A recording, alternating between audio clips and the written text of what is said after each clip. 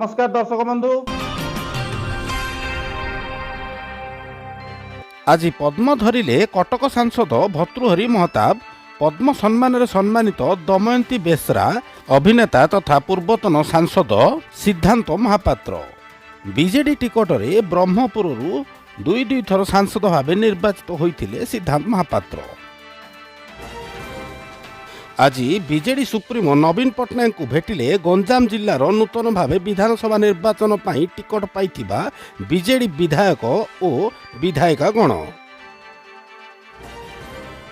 लोकसभा प्रथम पर्याय निर्वाचन लगी आज हेबो प्रार्थीपत्र जांच। प्रथम पर्याय अरुणाचल प्रदेश, आसाम, बिहार, छत्तीसगढ़, मध्य प्रदेश, महाराष्ट्र, मणिपुर, मेघालय, मिजोराम, नागालैंड, राजस्थान, सिक्किम, तमिलनाडु, त्रिपुरा, उत्तर प्रदेश, उत्तराखंड, पश्चिमबंग, अंडमान निकोबार, जम्मू और काश्मीर, लक्षद्वीप और पट्टुचेरी समेत 21 राज्य में मोट 102 लोकसभा आसन लगी आज प्रार्थीपत्र जांच हेबो।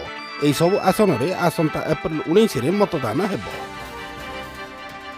वन्यप्राणी वीडियो किंबा फोटो शेयर कर सोशल मीडिया रे, तेबे होई जांतु सावधान। आत्मसमर्पण कले बहु चर्चित यूट्यूबर दंपति। जाजपुर रोड वन विभाग कार्यालय रे यूट्यूबर मोनालिसा भद्र और तांको स्वामी बद्रीनारायण आत्मसमर्पण करिसंती। वन्यजंतु सह सामाजिक गणमाध्यम रे फोटो वीडियो शेयर करिबा एवं अन्य जंतु को घरे रखिबा और सोशल मीडिया रे सेमानक फोटो वीडियो पोस्ट करिया घटना रे यूट्यूबर मोनालिसा भद्र को घरे चढ़ाऊ करथिला वन विभाग। ते मोनालिसा भद्र और तांको स्वामी बद्रीनारायण भद्र गिरफ भୟରେ फेरार हो जाइथिले। किछि दिन हला मोनालिसा घरे मांकड़ रखितिबा सह सोशल मीडिया रे वन्यजंतु को फोटो पोस्ट करुथिले।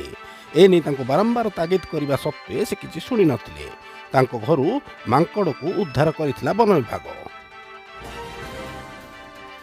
ब्रह्मपुर रे स्थानीय अग्रणी स्वेच्छासेवी संगठन संस्कारवादी और ब्रह्मपुर वरिष्ठ नागरिक मंच पक्षरु बीजेपुर कालुआसाही निवासी तथा संस्कारवादी संगठनर पूर्वतन संपादक बंशीधर भूयां वियोग रे उभय संगठनर सभापति त्रिनाथ महाराणा अध्यक्षतार बीजेपुर मुख्य रास्ता स्थित भक्ति भवन परिसर रे शोक सभा अनुष्ठित हो जाइछि।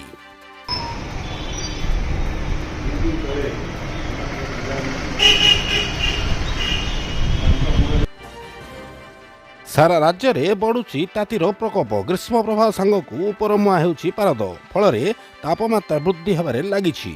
आगामी 3 दिन पर्यंत ग्रीष्म प्रभाव कौन परिवर्तन न होबार संभावना थिबा बेले तापमात्रा 2-3 डिग्री वृद्धि पाइबारे सेहीपरि रातिर तापमात्रा वृद्धि पाइबो।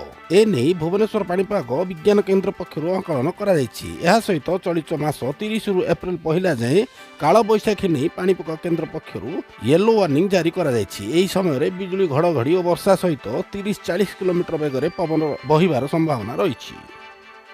हमर चैनल जदि आपण मानको भलो लागि ताले सब्सक्राइब करथु एवं शेयर करिया भूलु नाही। नमस्कार, जय जगन्नाथ।